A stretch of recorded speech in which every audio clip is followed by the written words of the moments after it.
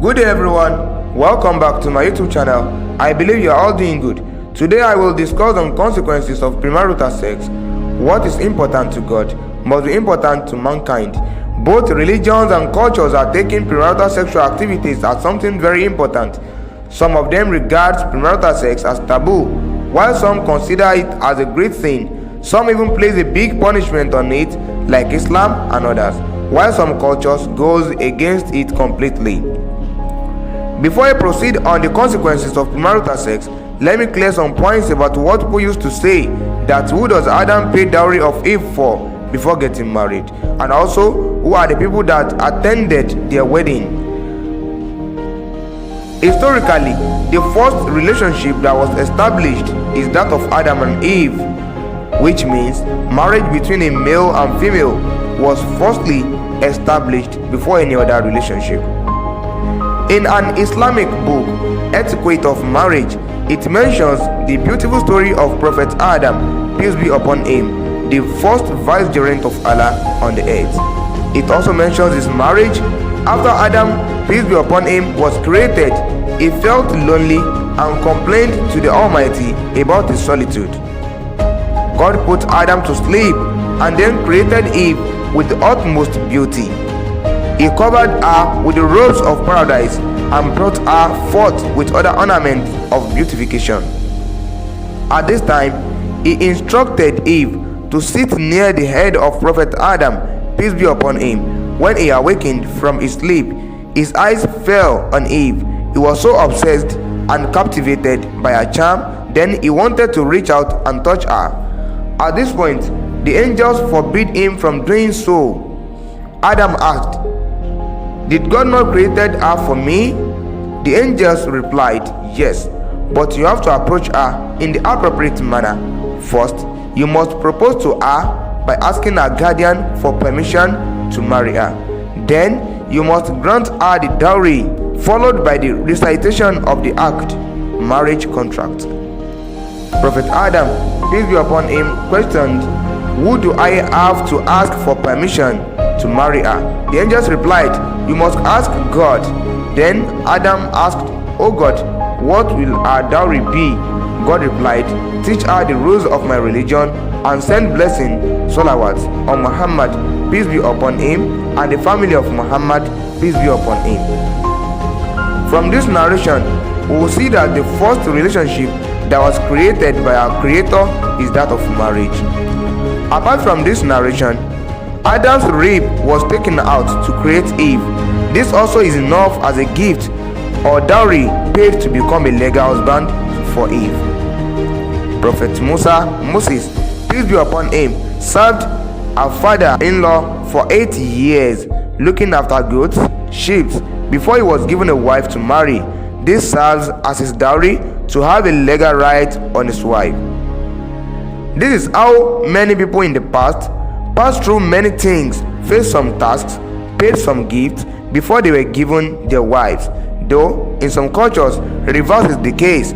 A dowry is given by a woman to her future husband. But anyway, whether groom is the one to pay bride or bride is the one to pay groom, no culture is giving out their daughter like a piece of paper.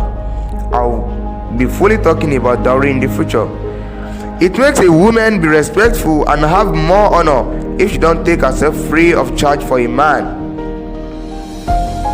In the Jewish tradition, the Torah discusses the practice of paying a bride price to the father of a virgin at Shemot.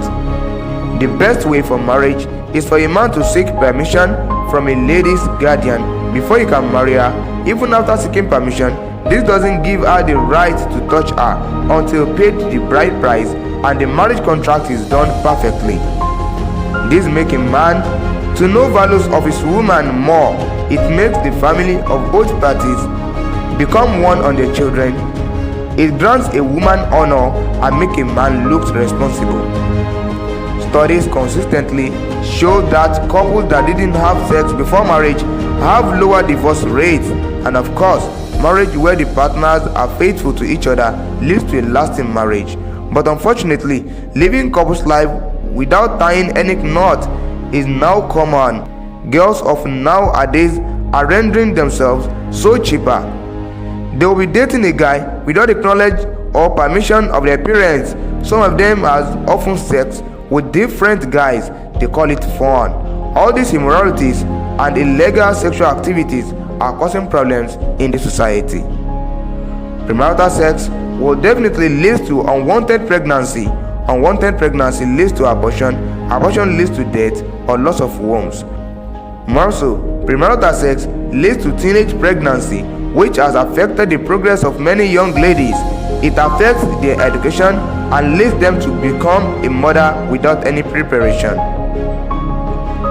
Sexual transmitted infections, HIV/AIDS, and other diseases and viruses are also part of consequences of premarital sex.